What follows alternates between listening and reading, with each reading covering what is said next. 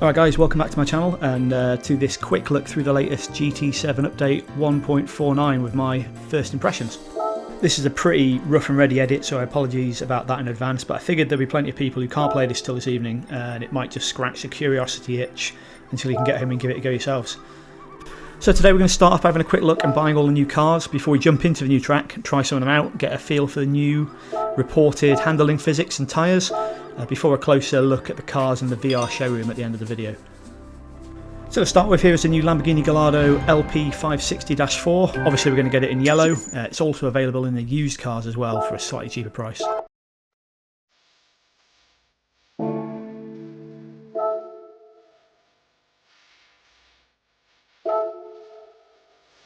Next up is the Ferrari F430 Scuderia. Obviously only one colour to get Ferraris, Rosso Corsa. However, there are loads of colours available, and this car is also available in used cars.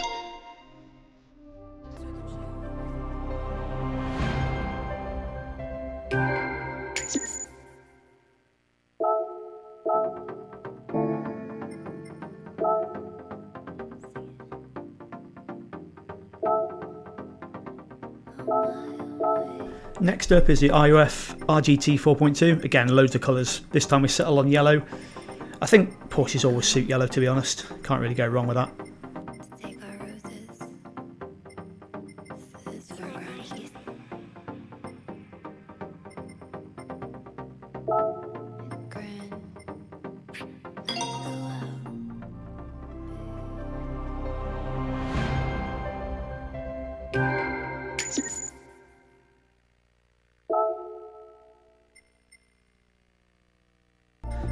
Onto the Genesis next. Now, I'm not really a fan of VGT cars. I really wish we'd get some more up-to-date race cars instead of these, although this one, to be fair, does look pretty fantastic.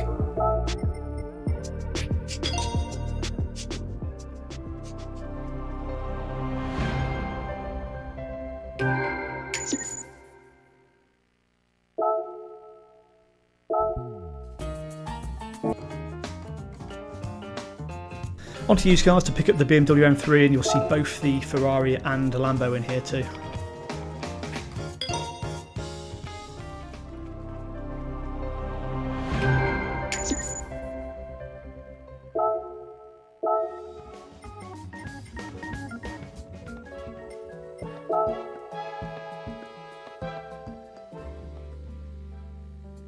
The Subaru is in Legends, and for quite a reasonable price too compared to the other things in here.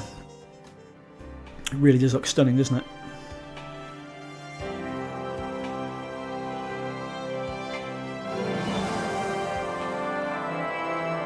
Right, let's head over to check out the new track, Eiger Nordwand. Disappointingly, it's only the short version of the track. I'd hope for the long version with various configurations, but for a free update I guess we cannot complain when most other sims such as ACC and iRacing, you have to pay for everything, so yeah, we can't complain.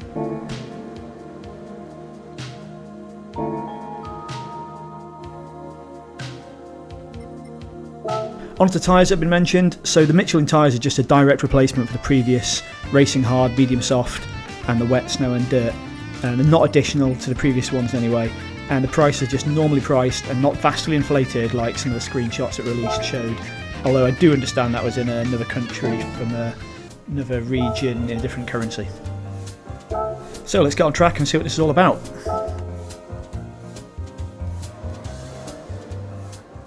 So we're here in the Scuderia Ferrari F430, just on its normal tyres that it comes with. Please don't judge my driving, it's just literally the first laps I've done, and I'm generally more interested in looking at the track.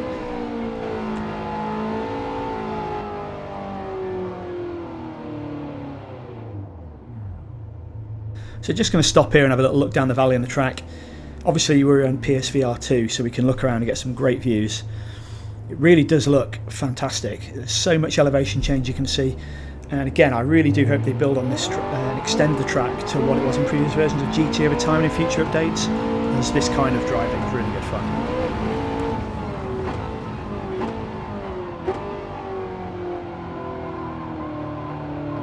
So here we are at the switchbacks, and I predict this is going to be absolute carnage in sport mode, but it is a great section of track and you can really feel the elevation change as you go around it.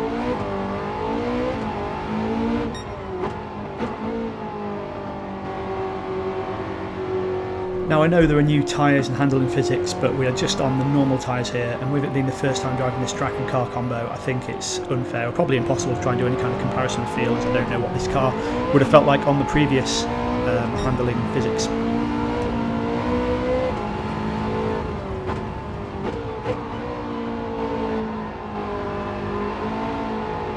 Although I am absolutely going to blame the new tyre warm-up model for this next bit. Yep, find reverse, you idiot. But we'll use the opportunity to take a quick peek out the side window.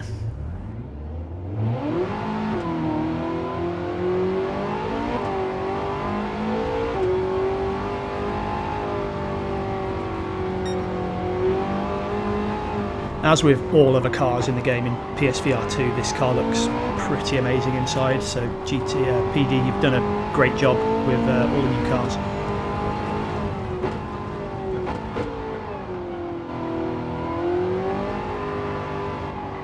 As we come to the finish, you can see here it really is quite a short track, even with some dodgy driving, it hasn't taken long at all. So again, PD, please give us a longer part in future updates, although, you know, very grateful even for free updates as it is.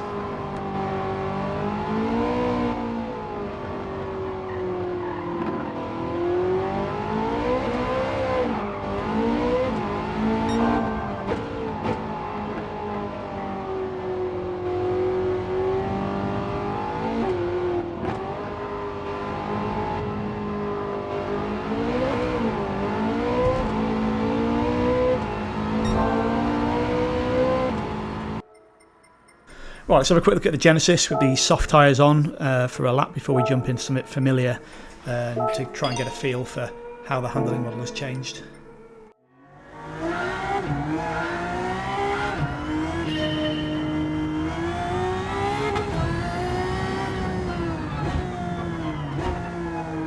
Obviously, straight away it's ludicrously fast.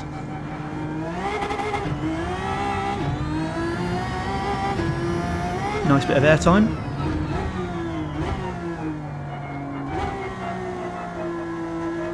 Obviously soft tyres much nicer than the comfort tyres, loads more grip. I do suspect this part of the track is going to reward patience on the throttle through the corners and take a bit of time to really get right.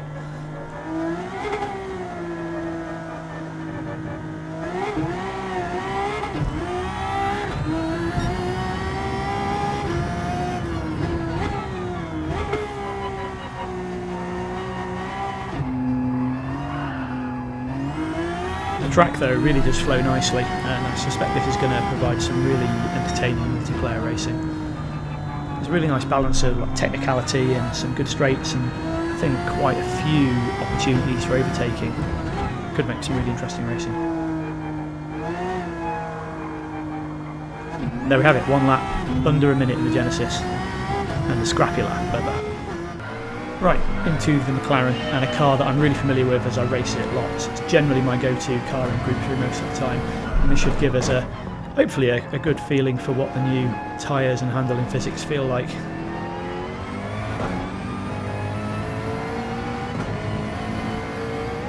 So just taking it steady to start with, you know, if this new tyres and handling model is to be believed, then the tyres will be cold, it'll take a bit more time to warm up, or it'll be more noticeable anyway, so you can definitely feel a little bit of understeer at the start, but that just could be me taking very dodgy lines through the downhill bit here at the start. Again, please don't judge your driving too much, still haven't worked out braking points, turning points, anything. I mean, every lap you've seen of the laps I've done so far, so really not a lot of time on a brand new circuit.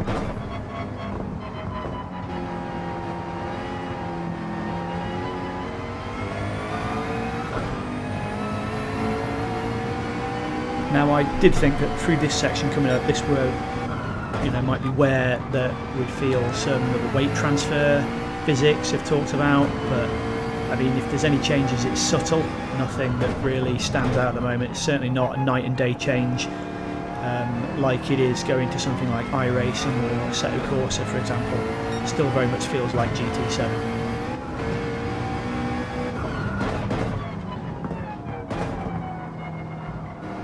Now, it might just be a placebo effect because obviously I'm expecting it, but definitely at this point here I can feel the tyres are less inclined to wash wide during the tight turns. I say it could just be that I'm expecting it to happen, but it does feel that after a lap, which is reasonable, to expect that the tyres would be warming up by this point.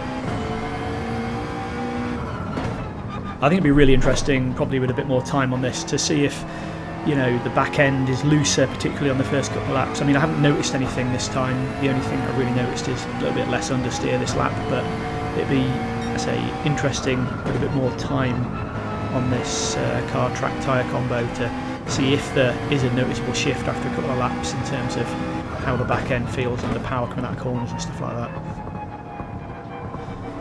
But whatever changes they've done, they're certainly not landslide changes. It's certainly not going to change the game drastically, I don't think. I mean, I'm driving on a Thrustmaster TGT2 wheel set with load cell pedals. Yeah, the feeling is... I'm searching for the feeling anyway, if there is any there.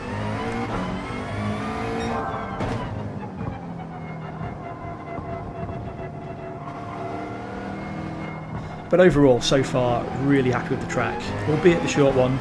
The cars are great, and they haven't done anything to mess up the feel of the game too much, so I don't think anyone has any right, really, to be disappointed or complain about what is a completely free upgrade.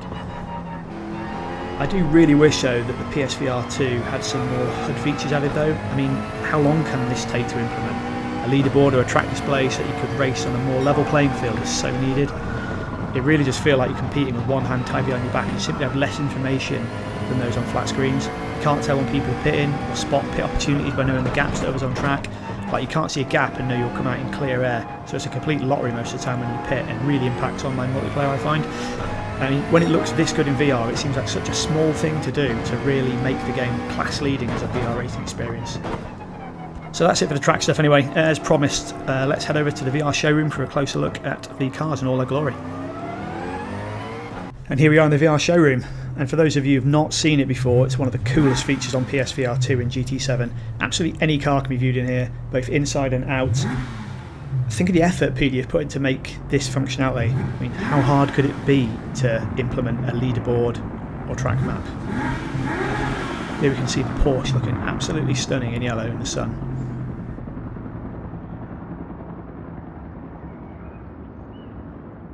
A nice close-up of the Michelin Pilot Sport Cup 2 tyres.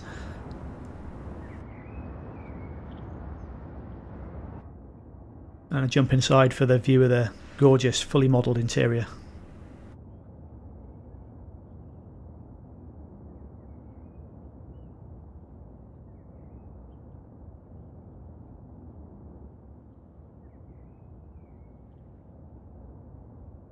Next onto Ferrari in beautiful Rosso Corsa red.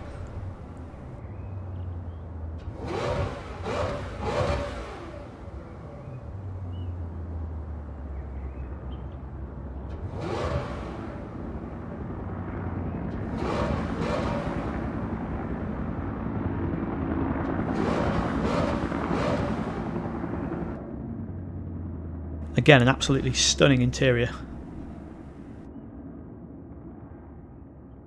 I love how it's absolutely the whole interior as well. It's not just kind of in front of you where you'd be looking, but it's fully behind. You can even look behind seats and stuff like that. It's ridiculous.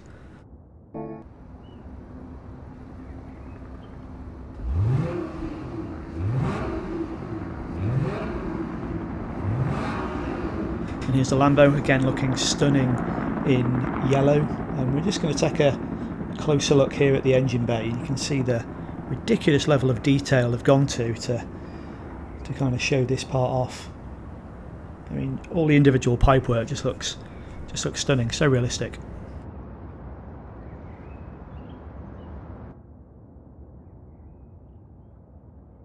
And again, a stunning interior. You can't fault the effort that PD have gone for these updates, really.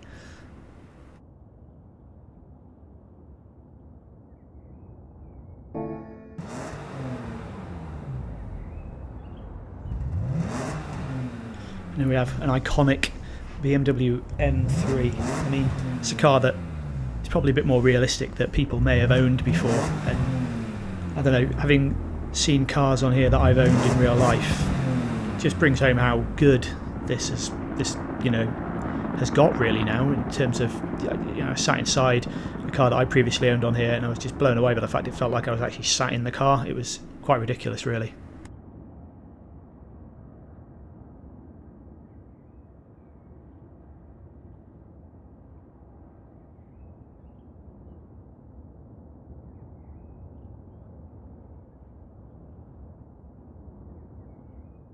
Here we are, this stunning Impreza rally car. I mean, I had heard or read in a few places that I think the handling physics apparently have affected quite severely the dirt races and stuff like that, and the off-road handling. I might be wrong, but I'm sure I'd read that somewhere, so it'd be interesting to give this car a try out on some dirt tyres. Look at that, it looks absolutely stunning through there.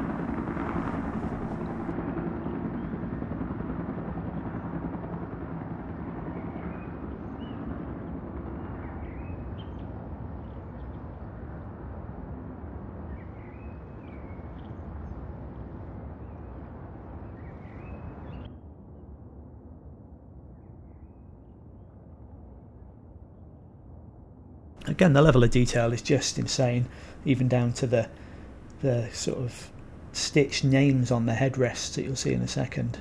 Just everything is absolutely ridiculous there for putting your helmet in between stages, I guess. Just ridiculous. The final car we'll look at, the Genesis. I mean, what a stunning looking car that really is. Just insane. I mean, if they made something like that, wow.